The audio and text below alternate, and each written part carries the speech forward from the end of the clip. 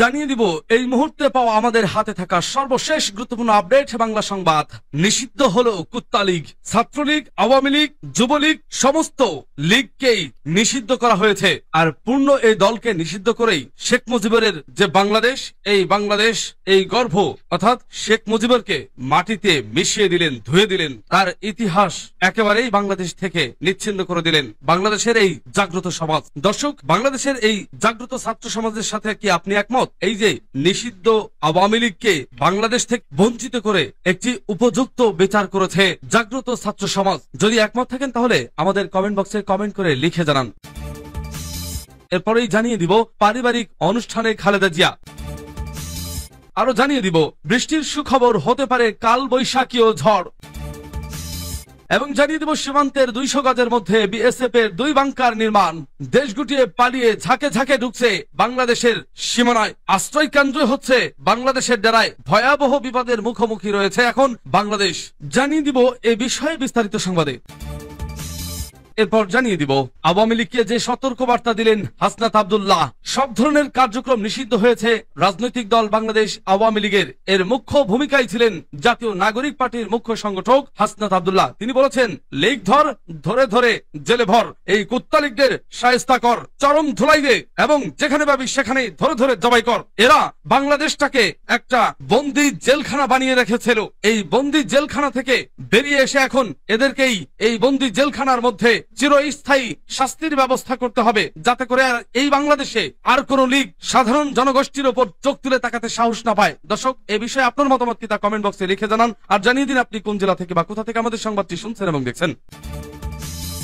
নিষিদ্ধ হলো আওয়ামী লীগ। রাজনৈতিক দল হিসেবে আওয়ামী লীগকে নিষিদ্ধ করেছে সরকার। শনিবার রাতে রাষ্ট্রীয় অতিথি ভবন যমুনায় উপদেষ্টা পরিষদের জরুরি বৈঠকে এই সিদ্ধান্ত নেওয়া হয়। এর আগে এদিন সন্ধ্যার পর রাজনৈতিক দল হিসেবে আওয়ামী লীগকে নিষিদ্ধ করতে সময় বেঁধে দেন জাতীয় নাগরিক পার্টির মুখ্য সংগঠক হাসনাত আব্দুল্লাহ। বৈঠক শেষে সংবাদ সম্মেলনে বিষয়টি গণমাধ্যমকে নিশ্চিত করেন অন্তর্বর্তী সরকারের আইন, বিচার ও সংসদ বিষয়ক উপদেষ্টা আসিফ নজরুল। তিনি জানান, উপদেষ্টা পরিষদের বৈঠকে বেশ কয়েকটি সিদ্ধান্ত নেওয়া হয়েছে।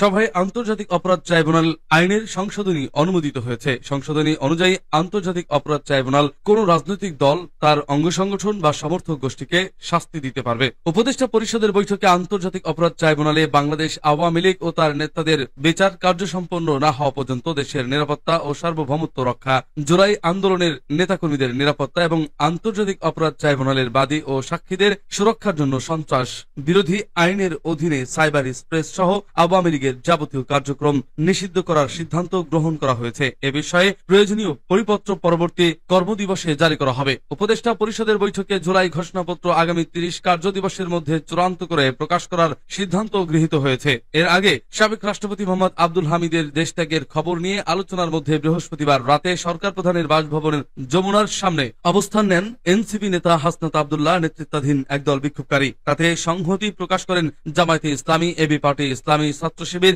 ইসলামী আন্দোলন বাংলাদেশ, হেফাজতে ইসলাম এবং বৈষম্য বিরোধী আন্দোলনে অংশগ্রহণকারী সহ বিভিন্ন ছাত্র সংগঠনের নেতাকর্মীরা। শুক্রবার জমার পর তারা মিন্টো রোডের প্রবেশ মুখে মঞ্চ বানিয়ে সেখানে সমাবেশ করেন। আওয়ামী লীগকে নিষিদ্ধ করার দাবি সম্বলিত প্লাকার্ড ও ফেস্টুন হাতে তাতে অংশ নেন বিভিন্ন রাজনৈতিক দলের নেতাকর্মীরা। সেখান থেকে এনসিপির দক্ষিণাঞ্চলের মুখ্য সমন্বয়ক হাসনাত আব্দুল্লাহ শাহবাগ অবরোধের ঘোষণা দেন। তখন থেকেই শাহবাগ হয়ে যানবাহন চলাচল বন্ধ রয়েছে। শাহবাগে অবরোধ কর্মসূচি চলার মধ্যে শুক্রবার রাতে সংবাদ সম্মেলন করে গণজামায়াতের কর্মসূচি ঘোষণা করেন এনসিপি নেতা হাসনাত আব্দুল্লাহ। আওয়ামী লীগ নিষিদ্ধের দাবির পাশাপাশি জুলাই ঘোষণাপত্র দেওয়া এবং আন্তর্জাতিক অপরাধ ট্রাইব্যুনালে দলটির বিচারের জন্য আইনে প্রয়োজনীয় বিধান যোগ দাবি জানান তারা। জুলাই অভ্যুত্থানের সময় দমন পীড়নকে মানবতা বিরোধী অপরাধ বিবেচনা করে ট্রাইব্যুনালে আওয়ামী লীগের বিচারও দাবি করেন আন্দোলনকারীরা। জুলাই গণ অভ্যুত্থানে আওয়ামী লীগের দীর্ঘ শাসনের পতন হয় গত বছরের 5ই আগস্ট। পরে সেই অভ্যুত্থানের ছাত্র নেতৃত্ব গঠন করেছে জাতীয় নাগরিক পার্টি বা এনসিপি নামের রাজনৈতিক দল। শুরু থেকেই তারা ছাত্র জনতার আন্দোলনে হত্যাকাণ্ড সহ বিভিন্ন অপরাধের বিচার ও তার দায়ে আওয়ামী লীগের রাজনীতি নিষিদ্ধ করার দাবি জানিয়ে আসছিল।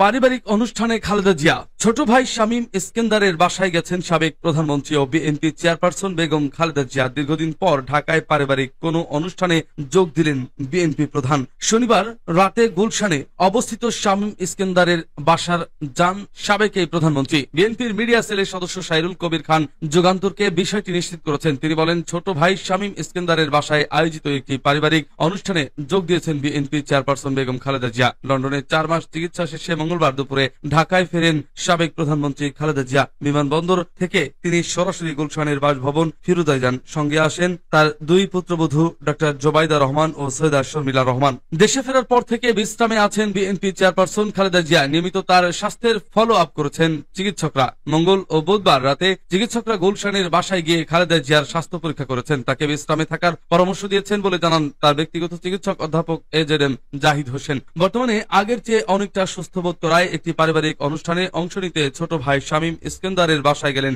বেগম জিয়া। দীর্ঘ 4 মাস পর গত 6 মে যুক্তরাজ্যের লন্ডন থেকে দেশে ফিরেছেন বিএনপি চেয়ারপারসন খালেদা জিয়া। তার সঙ্গে এসেছেন 2 পুত্রবধূ জোবাইদা রহমান ও সৈয়দা শর্মিলা রহমান সিথি। এর আগে উন্নত চিকিৎসার জন্য 7 জানুয়ারি বাংলাদেশ থেকে রওনা হয়ে 8 জানুয়ারি যুক্তরাজ্যে পৌঁছান খালেদা জিয়া। বিশেষায়িত লন্ডন ক্লিনিকে টানা 17 দিন চিকিৎসাধীন ছিলেন তিনি। পরে 25 জানুয়ারি থেকে বড় ছেলে তারেক রহমানের বাসায় লন্ডন ক্লিনিকের বিশেষজ্ঞ চিকিৎসক অধ্যাপক প্যাট্রিক কেনেডি ও অধ্যাপক জেনিফার ক্রসের তত্ত্বাবধানে চিকিৎসাধীন ছিলেন বিএনপি চেয়ারপারসন।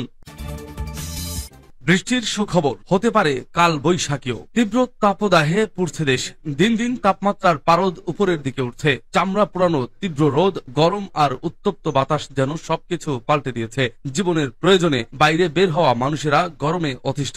সবচাইতে বিপদে খেটে খাওয়া মানুষ। ঘরের ভেতরও গুমোট অবস্থা। এর মধ্যে বিদ্যুৎ গেলে তো কথাই নেই, একেবারে নাজেহাল অবস্থা। এর মধ্যে আবহাওয়া অফিস দিল বৃষ্টির সুখবর। আবহাওয়া অধিদপ্তর বলছে, রোববার সিলেট বিভাগে 2-1 জায়গায় বৃষ্টি বা বজ্রসহ বৃষ্টি হতে পারে। সারা দেশে দিন এবং রাতের তাপমাত্রা প্রায় অপরিবর্তিত থাকতে পারে। সারা দেশে চলমান তাপপ্রবাহ অব্যাহত থাকতে পারে। আগামী সোমবার থেকে ধীরে ধীরে গরম কমে আসতে পারে। ওই দিন থেকে বৃষ্টি ও কাল বৈশাখী হতে পারে।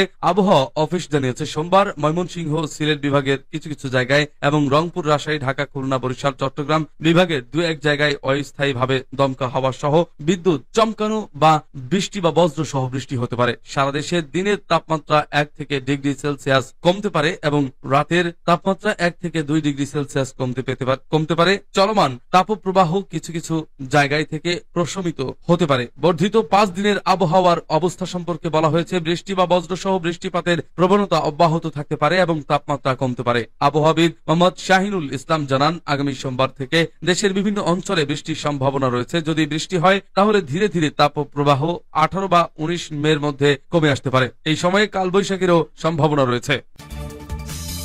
সীমান্তের 200 গজের মধ্যে বিএসএফ এর 2 বাংকার নির্মাণ।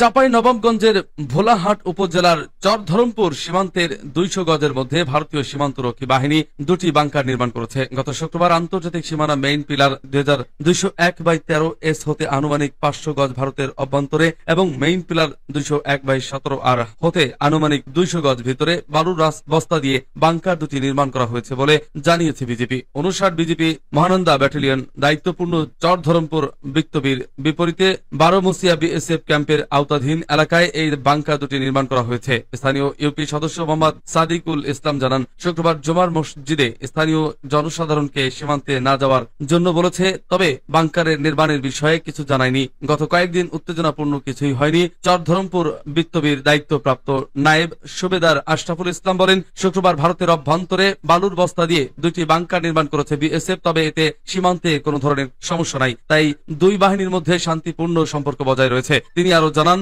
সীমান্তবর্তী এলাকায় ভারতের চরাঞ্চলে স্থানীয় কিছু মানুষ গবাদি পশু চড়াতে যায়। তাদের সীমান্তে প্রবেশ না করার জন্য সতর্ক করা হয়েছে। সীমান্ত নিরাপত্তা নিয়ে বর্তমানে কোনো ধরনের সংখ্যা নেই।